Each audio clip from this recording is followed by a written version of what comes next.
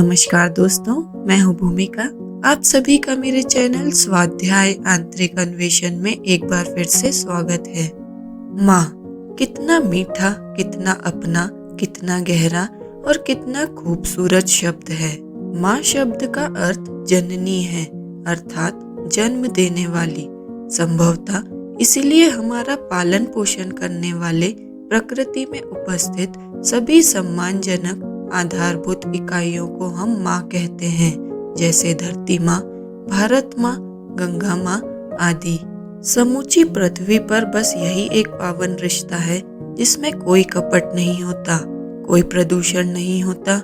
इस एक रिश्ते में निहित है छलछलाता ममता का सागर, शीतल और सुगंधित प्यार का कोमल एहसास। इस रिश्ते की गुदगुदाती गोद में ऐसी अव्यक्त अनुभूति छुपी है जैसे हम हरी, ठंडी और कोमल धूप की बगिया में सोए हों।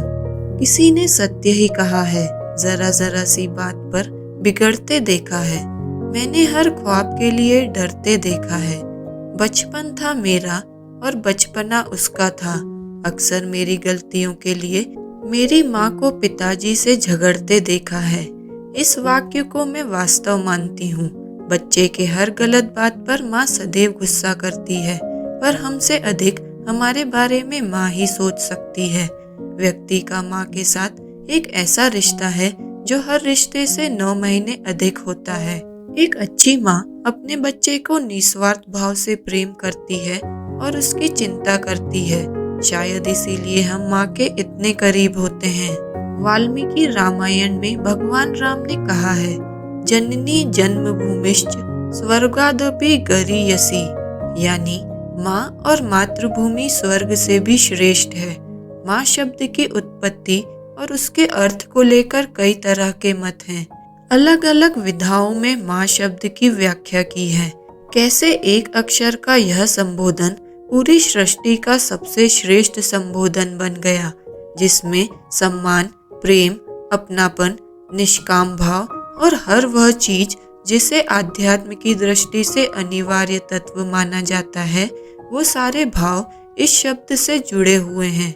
माँ अक्षर का जो सबसे निकटतम अर्थ पुराण बताते हैं वो लक्ष्मी है। संभवतः इसी माँ से माँ बना है, क्योंकि लक्ष्मी माँ पालन करती है, माँ भी शिशु का पालन करती है। कुछ ग्रंथ मानते हैं कि माँ शब्द गोवंश से जुड़ा है। गाय का बच्चा जब पैदा होता है और रंभाता है, इसके स्वर में माँ अक्षर का नाद होता है। गाय को माता इसी कारण माना जाता है। ये एकमात्र जीव है जिसके रंभाने की आवाज में माँ स्वर का नाद होता है। एक मान्यता यह भी है, इस सृष्टि में मनु और शतरूपा नाम के 2 स्त्री पुरुष ने मैथुनी सृष्टि का आरंभ किया। मनु से मनुज यानी मानव बना। इसी मनु की संतान को जन्म देने वाली शतरूपा को माँ कहा गया है। जिसने मानव को जन्म दिया उसे माँ कहा गया है। कुछ विद्वान मानते हैं माँ का मतलब 2 शब्दों से बना है, मैं और आ। मैं मतलब परम शक्ति और आ मतलब आत्मा। इस तरह माँ ईश्वर की सर्वश्रेष्ठ कृति है, जिसके माध्यम से परमेश्वर अपने अंश द्वारा अपनी शक्ति का संचार और विस्तार करता है। माँ, इस एक शब्द को सुनने के लिए नारी अपने समस्त अस्तित्व को दांव पर लगाने के लिए तैयार हो जाती है। नारी अपनी संतान को एक बार जन्म देती है, लेकिन सच तो यह है कि बच्चे के बड़े होने तक अलग अलग रूपों में वह खुद को पुनर्जन्म देती है। यानी एक शिशु को जन्म देने के साथ ही स्त्री कई खूबसूरत रूपों में लगातार अभिव्यक्त होती है। पल पल उसके दिल के सागर में ममता की मार्मिक लहरें आलोड़ित होती हैं। अपने हर ज्वर के साथ उसका रोम रोम अपनी संतान पर न्योछावर होने को बेकल हो उठता है। नारी अपने कोरे कुंवारे रूप में जितनी सलोनी होती है, उतनी ही सुहानी वह विवाहित होकर लगती है। लेकिन उसका नारित्व संपूर्णता पाता है माँ बनकर। संपूर्णता के इस पवित्र भाव को जीते हुए वह एक दिव्य अलौकिक प्रकाश से भर उठती है। उसका चेहरा अपार कष्ट के बावजूद हर्ष से चमकने लगता है। जब एक नर्म गुदगुदाता जीव उसके कलेजे से आ लगता है, उसका अपना प्राकृतिक सृजन जब उसे देखकर चहकता है, तो उसकी आंखों में खुशियों के 1000 दीप झिलमिलाने लगते हैं। लाज और लावण्य से दीपदीपाते पुलकित इस भाव को किसी भाषा, किसी शब्द और किसी व्याख्या की आवश्यकता नहीं होती। माँ शब्द की पवित्रता का अनुमान इसी से लगाया जा सकता है कि हिंदू धर्म में देवियों को माँ कहकर पुकारते हैं, बेटी या बहन से संबोधित नहीं करते। मदर मैरी और बीवी फातिमा का भी ईसाई और मुस्लिम धर्म में विशिष्ट स्थान है। माँ के प्रति कृतज्ञता व्यक्त करने के लिए एक दिवस नहीं, एक सदी भी कम है। किसी ने कहा है कि सारे सागर की शाही बना ली जाए और सारी धरती को कागज मानकर लिखा जाए, तब भी माँ की महिमा नहीं लिखी जा सकती। इसलिए हर बच्चा कहता है, मेरी माँ सबसे अच्छी है, जबकि माँ उसकी नहीं, हर किसी की अच्छी होती है, क्योंकि वह माँ होती है।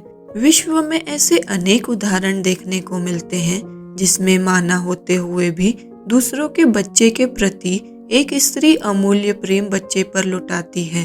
वहीं इसके विपरीत अपनी माता होने के बाद भी स्त्री बच्चे को सड़क पर कहीं एक कंबल के सहारे छोड़ आती है। मातृत्व माँ बन जाने पर मात्र से एक नारी को नहीं मिल जाता। मातृत्व एक स्वभाव है। दुनिया में सबसे अधिक बच्चे के लिए चिंता, जिम्मेदारी और ढेर सारा प्यार मातृत्व में निहित होता है। बच्चे के लिए हर वक्त उपलब्ध रहने वाली पहली शिक्षक माँ होती है, और एक अच्छी माँ हमेशा प्यार और अनुशासन में संतुलन रखती है। माँ एक एहसास है। इस सुंदर कविता से इस एहसास को समझते हैं। माँ तुम खास हो, एक एहसास हो, संग हो ना हो मेरे दिल के सदा पास हो।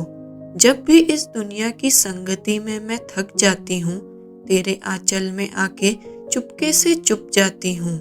कहती भी ना तुझसे कुछ, मन ही मन सकुचाती हूँ, फिर तेरे पास होने के एहसास से खुश हो जाती हूँ। इस जंजाल भरी दुनिया में फिर जाने से घबराती हूँ। सोचती हूँ कुछ हो ना हो, बस तेरा साथ हो। माँ तुम खास हो, एक एहसास हो, संग हो ना हो मेरे दिल के सदा पास हो। धन्यवाद दोस्तों। मातृ दिवस पर हर माँ को उसके अनूठे अनमोल मातृबोध की बधाइयाँ। दोस्तों, अगर आपको यह वीडियो पसंद आया है तो इस मातृ दिवस पर अपनी माँ के साथ इसे जरूर शेयर करें।